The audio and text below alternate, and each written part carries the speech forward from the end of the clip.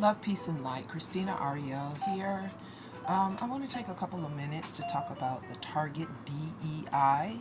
I just saw some things on Tabitha Brown video in regards to that. She was basically telling people, hey, before you stop purchasing things from Target, understand how it's going to affect black owned businesses, like the smaller black owned businesses. And I get that. But it also shows right here, right now, because people are making a stand. There's a separation happening. You understand? There is a spiritual separation happening in this around the world. I'll just say on the globe, where people are standing up strongly and erectly for what they believe in. Now, what I would say to people that are doing business with people that other people don't want to do business with, if you can understand that, these powers that were are falling, obviously. Okay? People are understanding and they're finding their backbones and they're saying, hey, if you don't do business the way that I do business, I'm a this or I'm a that, or I have these types of beliefs, so I don't understand where you're going with this product or that product, so I can no longer, in good conscience, support you.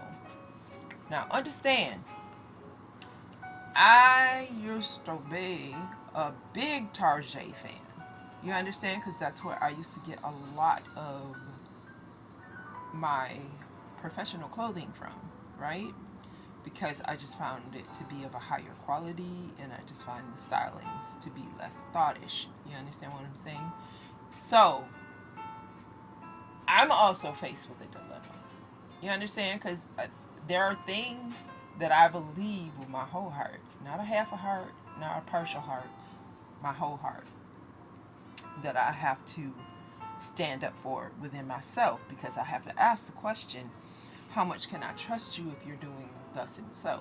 You understand what I'm saying? So for me, and I'm just a peanut. I'm not even I'm just a mustard seed in the whole pot of things. You understand what I'm saying? However, as a mustard seed, I have opinions. My opinion is, instead of getting down with Amazon, it is time for us to structure our own thing. We the people. Okay? So we are not feeling like, oh, we're forced to deal with this. So you're sitting here telling us, oh, keep buying from them. What's the time limit on this that you want your customers to continue buying? Is this for 6 months? Will that give you enough time to get your all your things out of the store? Can you do some type of sale? Yes, it will hit you economically, but it will remove your things from the store. You understand what I'm saying? Because will it take you 6 months, a year, what have you? And in doing that, we are bankrolling the people that we don't necessarily want to roll with anymore. So you're now telling people to go against their authentic feelings and their authentic, heartfelt um, passions to give you time to get merchandise out of the store. Now, I love me some Miss Tab. I love me some Miss Tab. I feel she's unique. I feel she's ethical, and I feel, she thinks about certain things, but that's from the outside, me looking in. You understand? And I get it. I get it. You have arrived, your family is doing well, and you want to continue that. I understand that. However, people are going to take hits, be it customers of Tarjay or of Miss Tabitha. We're going to take hits. Everybody's going to take hits. So, my question is, what's more important? Someone being authentic to themselves, or putting themselves in harm's way by not being authentic and rocking with a company that should be put out of business by the overwhelming consensus. There are people that are just not with it, what they're trying to peddle. So that's like saying, I get you want to save your daughter, I get you want to save your son, but I'm here too, and I have a business, and I can't just pull all my things out of Target because yada yada yada whatever, and it's just not convenient, it's just not practical for y'all to just stop doing business there. Okay, that's your opinion. We've heard your opinion. We respect your your perception of what you feel about the issue. I get it. But for me and my soul, for all to be right with my soul, I have to say, I cannot do business with that company. Okay? Now, I'm sorry. And I sincerely hope you find a way. There used to be a man that I used to go to church with, him and his family. And I believe his first name was Parnell. Brother Purnell. Brother Purnell, and this has been, oh my gosh, I'm dating myself. This has been about 10, 12 years ago, maybe, give or take, right? And he came up with a solution, not only for,